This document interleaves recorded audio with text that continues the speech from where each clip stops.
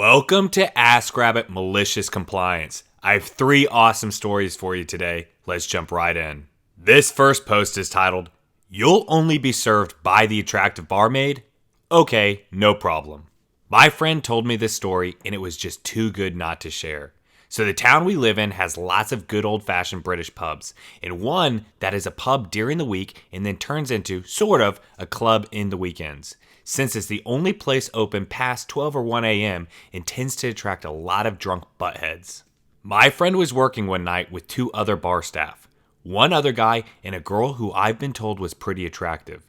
It was about 11:55 p.m. and a guy walks up to the bar. My friend wasn't serving anyone at the time and goes to take his order. He said, "No thanks, mate. I'll wait for her." My friend tried to explain that she was serving customers at the other end of the bar and that he would be the one to take his order. "No, I'm only getting served by her, no one else." "Sure, mate, no problem." My friend then waits for his colleague to finish serving her existing customer. By the time she's done, it's around 11:57 p.m. So my friend turns to her and says, "Hey, you've only got 3 minutes left of your shift, so you might as well leave now. We've got it covered." So she leaves.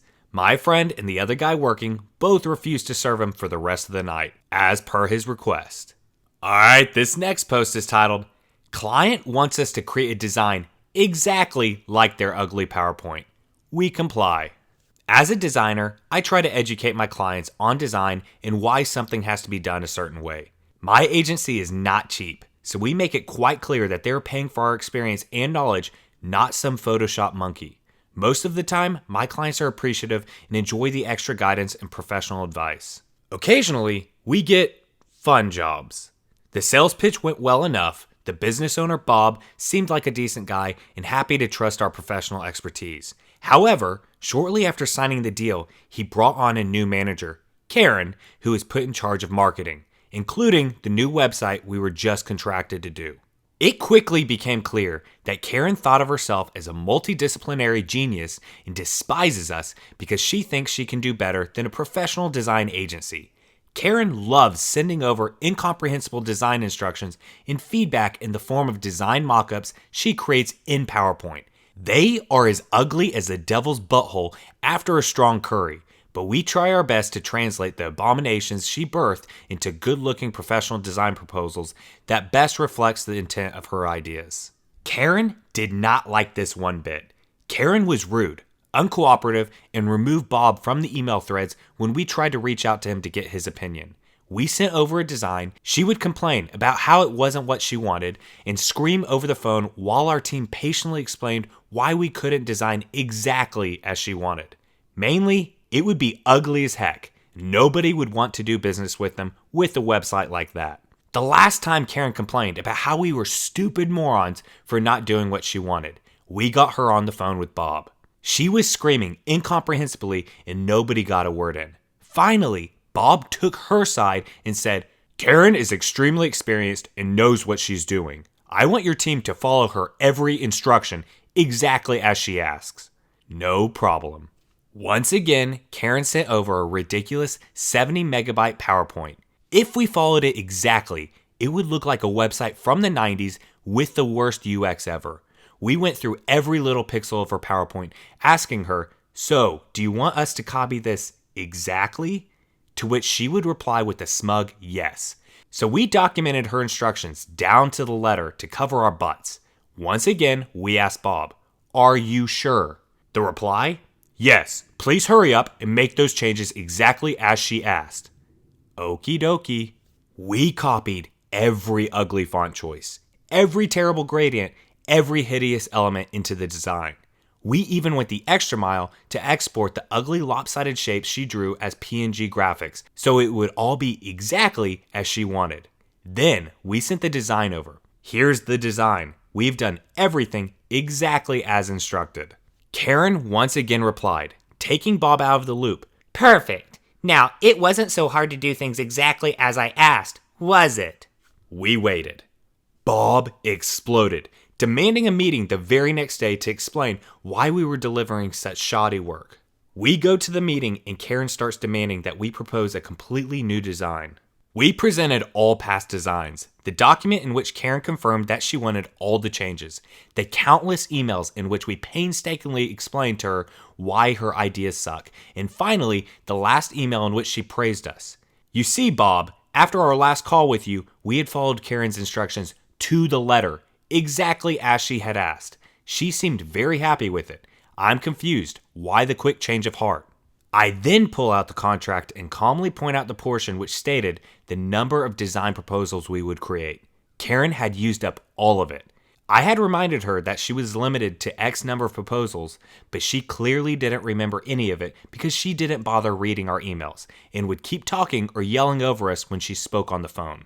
I looked Bob in the eye and told him he could either pay extra for each additional new proposal Karen wants or choose from the existing designs done. They asked for some time to discuss privately. We break for coffee. Well, Karen is extremely experienced in this field. We will go with the last design since it's exactly as she wanted. Even my intern couldn't hold back his surprise. As we drove back to the office, he asks, "Is Karen sleeping with Bob or something? Why does she have him by the balls like that?" I shrug. It's his business and we're getting paid anyway, and he clearly doesn't appreciate our design expertise after all. The less time we spend arguing with them, the more time we could use to focus on my appreciative, good clients. We make Bob and Karen sign off on the design and finish up the project quickly. Karen still tries to be difficult, but we stick to the contracted terms and she couldn't do anything. 2 months after the project ended, I get a call from Bob. He began with some small talk about innocuous project-related business, but I realized it wasn't the purpose of his call. Karen had been fired after making more serious mistakes causing major losses to his company. He sounded contrite, but did not offer any real apology. That's terrible, Bob. I'm so shocked. I thought Karen was extremely experienced and knew what she was doing. Alright, I hope you guys enjoyed those first 2 stories. Before we get into the next story, if you guys could please do me a huge favor and hit that like button down below. Really does help the video. Make sure to hit subscribe so you never miss any future videos. This next post is titled, "Shut Down While Trying to Report a Fire at My High School." When I was a senior back in high school in Middle Tennessee, we had a smoking area for the students. This was 1990, so yeah, I'm old. My daughters actually just asked me to post this story here. Anyway, so I was a good student and had a great reputation among the faculty at this school of about 2,000 students. During class, I'm running an errand for a teacher when I walk by the smoking area. It was outside, of course, but it's against one of the buildings and has a roof over it like a carport. There's a large metal trash can in the middle, and it's on fire. Not a rip-roaring fire, but it's on fire nonetheless. We have flames starting to work their way out of there and plenty of smoke. I decide I don't need to pull a fire alarm, but clearly I need to get a staff member to put this fire out.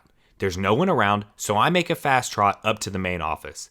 As I quickly enter, I see the secretary talking to another student, so with a loud voice I say, Miss Knight, there's a..."